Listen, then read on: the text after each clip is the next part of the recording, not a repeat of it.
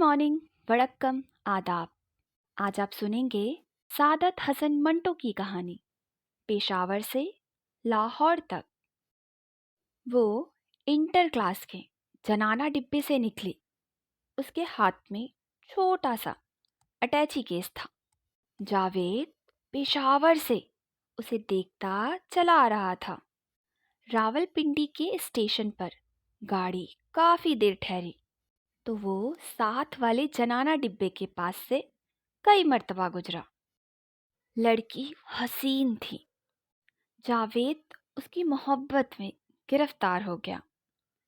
उसकी नाक की फिनिंग पर छोटा सा तिल था। गालों में नन्हे नन्हे गड्ढे थे जो उसके चेहरे पर बहुत भले लगते थे। रावलपिंडी स्टेशन पर उस लड़की ने खाना मंगवाया। बड़े इत्मीनान से एक एक निवाला उठाकर अपने मुंह में डालती रही। जावेद दूर खड़ा ये सब कुछ देखता रहा। उसका जी चाहता था कि वो भी उसके साथ बैठ जाए और दोनों मिलकर खाना खाएं। वो यकीनन उसके पास पहुंच जाता, मगर मुसीबत ये थी कि डिब्बा जनाना था, औरतों से भरा हुआ। यही वजह है कि जुर्रत ना कर सका। लड़की ने खाना खाने के बाद हाथ धोए जो बहुत नाजुक थे। लंबी लंबी मुखरूती उंगलियां जिनको उसने अच्छी तरह साफ किया और अटैची केस से तौलिया निकालकर अपने हाथ पोंछे। फिर इत्मीनान से अपनी सीट पर बैठ गई। जावेद गाड़ी चलने तक उसकी तरफ देखता रहा। आखिर अपने डिब्बे में सवार हो गया और उसी लड़की के ख्यालों में गर्क हो गया।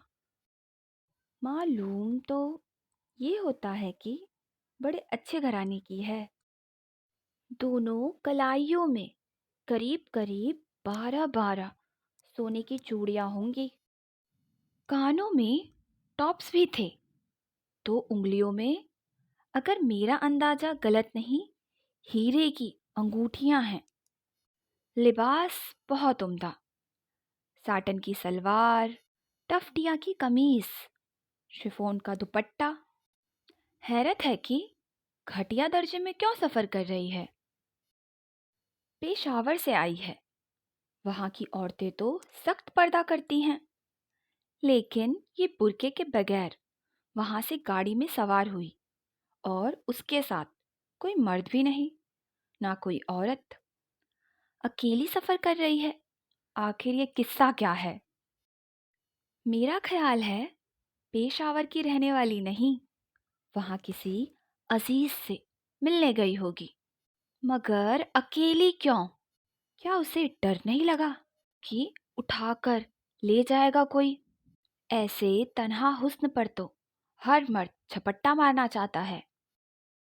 फिर जावेद को एक अंदेशा हुआ कि शादीशुदा तो नहीं। वो दरअसल दिल में तहैया कर चुका था कि उस लड़की का पीछा करेगा और रुमान लड़ाकर उससे शादी करेगा। वो हरामकारी का बिल्कुल कायल नहीं था। कई स्टेशन आए और गुजर गए। उसे सिर्फ रावलपिंडी तक जाना था। वहां ही उसका घर था, मगर वो बहुत आगे निकल गया। एक स्टेशन पर चेकिंग हुई, जिसके बायस उसे जुर्माना अदा करना पड़ा, मगर उसने उसकी कोई परवाह ना की। टिकट चेकर ने पूछा, आपको कहाँ तक जाना है? जावेद मुस्कुराया, जी अभी तक मालूम नहीं। आप लाहौर का टिकट बना दीजिए कि वही आखिरी स्टेशन है। टिकट चेकर ने उसे लाहौर का टिकट बना दिया, रुपए वसूल किए और दूसरे स्टेशन पर उतर गया। जावेद भी उतरा कि ट्रेन को टाइम टेबल के मुताबिक 5 मिनट ठहरना था। साथ वाले कंपार्टमेंट के पास गया। वो लड़की खिड़की के साथ लगी दांतों में खिलाल कर रही थी। जावेद की तरफ जब उसने देखा तो उसके दिलो दिमाग में चूटियां दौड़ने लगी। उसने महसूस किया कि वो उसकी मौजूदगी से गाफिल नहीं है, समझ गई है कि वो बार बार सिर्फ उसे ही देखने आता है।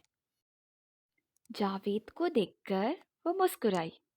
उसका दिल बाग बाग हो गया, मगर जावेद फरते जज्बात की वजह से फौरन वहां से हटकर अपने डिब्बे में चला गया और रुमानों की दुनिया की सैर करने लगा।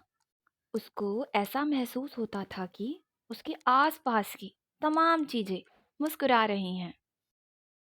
ट्रेन का पंखा मुस्कुरा रहा है, खिड़की से बाहर तार के खंभे मुस्कुरा रहे हैं, इंजन की सीटी मुस्कुरा रही है, और वो बदसूरत मुसाफिर जो उसके साथ बैठा था, उसके मोटे मोटे होठों पर भी मुस्कुराहट है। उसके अपने होठों पर मुस्कुराहट नहीं थी, लेकिन उसका दिल मुस्कुरा रहा था। अगले स्टेशन पर जब वो साथ वाले कंपार्टमेंट के पास गया तो वो लड़की वहां नहीं थी। उसका दिल धक से रह गया। कहाँ चली गई? कहीं पिछले स्टेशन पर उतर तो नहीं गई, जहां उसने एक मुस्कुराहट से मुझे नवाजा था? नहीं नहीं, घुसल खाने में होगी। वो वाकई घुसल खाने में ही थी। 1 मिनट के बाद वो खिड़की में नमूदार हुई, जावेद को देखकर मुस्कुराई और हाथ के इशारे से उसको बुलाया। जावेद कांपता लरजता खिड़की के पास पहुंचा। उस लड़की ने बड़ी महीन और सुरीली आवाज में कहा, एक तकलीफ देना चाहती हूँ आपको, मुझे 2 सेब ला दीजिए। ये कहकर उसने अपना पर्स निकाला और 1 रुपए का नोट जावेद की तरफ बढ़ा दिया। जावेद, जो इस अप्रत्याशित बुलावे से करीब करीब बर्कज़दा था, 1 रुपए का नोट पकड़ लिया, लेकिन फौरन उसके होशो हवास बरकरार हो गए। नोट वापस देकर उसने उस लड़की से कहा, आप ये रखिए, मैं सेब ले आता हूँ, और प्लेटफॉर्म पर उस रेडी की तरफ बढ़ा जिसमें फल बेचे जाते थे। उसने जल्दी जल्दी 6 सेब खरीदे क्योंकि विसिल हो चुकी थी। दौड़ा दौड़ा वो उस लड़की के पास आया, उसको सेब दिए और कहा, माफ़ कीजिएगा, विसिल हो रही थी, इसलिए मैं सबसे अच्छे सेब चुन ना सका। लड़की मुस्कुराई, वही दिलफरेब मुस्कुराहट। गाड़ी हरकत में आई। जावेद अपने कंपार्टमेंट में दाखिल होते कांप रहा था, लेकिन बहुत खुश था। उसको ऐसा महसूस हो रहा था कि उसको दोनों जहां मिल गए हैं। उसने अपनी जिंदगी में कभी किसी से मोहब्बत नहीं की थी, लेकिन अब वो उसकी लज्जत से लुत्फ अंदोज हो रहा था। उसकी उम्र 25 बरस के करीब थी। उसने सोचा कि इतनी देर मैं कितना खुश रहा हूँ। आज मालूम हुआ है कि मोहब्बत इंसान को कितनी तरोताज़ा बना देती है। वो सेब खा रही होगी, लेकिन उसके गाल तो खुद सेब हैं। मैंने जो सेब उसको दिए हैं, क्या वो उनको देखकर शर्मिंदा नहीं होंगे? वो मेरी मोहब्बत के इशारों को समझ गई।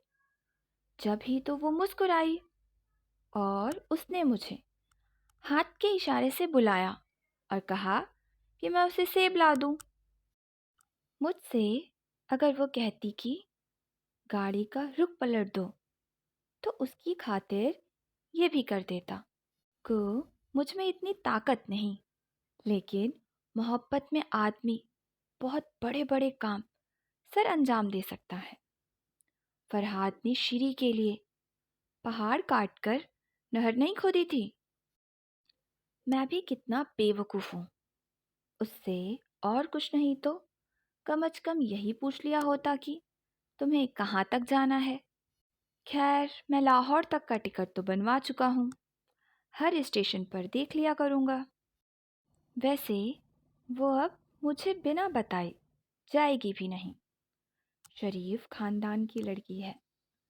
मेरे जज्ब मोहब्बत ने उसे काफ़ी मुतस्सिर किया है। सेब खा रही है। काश कि मैं उसके पास बैठा होता। हम दोनों एक सेब को बैक वक्त अपने दांतों से काटते। उसका मुंह मेरे मुंह से कितना करीब होता। मैं उसके घर का पता लूँगा, जरा और बातें कर लूँ, फिर रावलपिंडी पहुंचकर अम्मी से कहूँगा कि मैंने एक लड़की देख ली है, उससे मेरी शादी कर दीजिए। वो मेरी बात कभी नहीं टालेंगी। बस 1-2 महीने के अंदर अंदर शादी हो जाएगी। अगले स्टेशन पर जब जावेद उसे देखने गया तो वो पानी पी रही थी। वो जुर्रत करके आगे बढ़ा और उससे मुखातिब हुआ। आपको किसी और चीज़ की ज़रूरत हो तो फरमाइए। लड़की मुस्कुराई, दिल फरेब मुस्कुराहट। मुझे सिगरेट ला दीजिए। जावेद ने बड़ी हैरत से पूछा, आप सिगरेट पीती हैं? वो लड़की फिर मुस्कुराई, जी नहीं, यहाँ एक औरत है, पर्दादार, उसको सिगरेट पीने की आदत है। ओह, मैं अभी लाया। किस ब्रांड का सिगरेट हो? मेरा ख्याल है वो गोल्ड फ्लैग पीती है। मैं अभी हाजिर किए देता हूँ। ये कहकर जावेद स्टॉल की तरफ दौड़ा। वहाँ से उसने 2 पैकेट लिए और उस लड़की के हवाले कर दिए। उसने शुक्रिया उस औरत की तरफ से अदा किया जो सिगरेट पीने की आदी थी। जावेद अब और भी खुश था कि उस लड़की से एक और मुलाकात हो गई, मगर इस बात की बड़ी उलझन थी कि वो उसका नाम नहीं जानता था। उसने कई मर्तबा खुद को कोसा कि उसने नाम क्यों ना पूछा। इतनी बातें होती रहीं, लेकिन वो उससे इतना भी ना कह सका, आपका नाम। उसने इरादा कर लिया कि अगले स्टेशन पर जब गाड़ी ठहरेगी तो वो उससे नाम जरूर पूछेगा। उसे यकीन था कि वो फौरन बता देगी, क्योंकि इसमें कबाहत ही क्या थी। अगला स्टेशन बहुत देर के बाद आया, इसलिए कि फासिला बहुत लंबा था। जावेद को बहुत कुफ्त हो रही थी। उसने कई मर्तबा टाइम टेबल देखा, घड़ी बार बार देखी। उसका जी चाहता था कि इंजन को पर लग जाए ताकि वो उड़कर जल्दी अगले स्टेशन पर पहुंच जाए। गाड़ी एकदम रुक गई। मालूम हुआ कि इंजन के साथ एक भैंस टकरा गई है। वो अपने कंपार्टमेंट से उतरकर साथ वाले डिब्बे के पास पहुंचा, मगर लड़की अपनी सीट पर मौजूद नहीं थी। मुसाफिरों ने मरी कटी हुई भैंस को पटरी से हटाने में काफ़ी देर लगा दी। इतने में वो लड़की, जो गालिबन दूसरी तरफ तमाशा देखने में मशगूल थी, आई और अपनी सीट पर बैठ गई। जावेद पर जब उसकी नज़र पड़ी तो मुस्कुराई, वही दिलफरेब मुस्कुराहट। जावेद खिड़की के पास गया, मगर उसका नाम पूछ ना सका। लड़की ने उससे कहा, ये भैंसें क्यों गाड़ी के नीचे आ जाती हैं? जावेद को कोई जवाब न सूझा। गाड़ी चलने वाली थी, इसलिए वो अपने कंपार्टमेंट में चला गया। कई स्टेशन आए, मगर वो न उतरा। आखिर लाहौर आ गया। प्लेटफॉर्म पर जब गाड़ी रुकी तो वो जल्दी जल्दी बाहर निकला। लड़की मौजूद थी। जावेद ने अपना सामान निकलवाया और उससे, जिसने हाथ में अटैची केस पकड़ा हुआ था, कहा, लाइए ये अटैची केस मुझे दे दीजिए। उस लड़की ने अटैची केस जावेद के हवाले कर दिया। कुली ने जावेद का सामान उठाया और दोनों बाहर निकले। तांगा लिया। जावेद ने उससे पूछा, आपको कहाँ जाना है? चलिए, मैं आपको वहाँ छोड़ आता हूँ। बहुत बहुत शुक्रिया। तांगा रावी रोड से गुजर रहा था। जावेद ने उस लड़की से पूछा, कहाँ जाइएगा अब आप? लड़की के होठों पर वही दिलफरेब मुस्कुराहट पैदा हुई। जी, हीरा मंडी। जावेद बौखला सा गया। क्या आप वहाँ रहती हैं? लड़की ने बड़ी सादगी से जवाब दिया, जी हाँ, मेरा मकान देख लें। आज रात मेरा मुजरा सुनने जरूर आइएगा। जावेद पेशावर से लेकर लाहौर तक अपना मुजरा सुन चुका था। उसने इस तवाइफ को उसके घर छोड़ा और उस तांगे में सीधा लारियों के अड्डे पहुंचा और रावलपिंडी रवाना हो गया।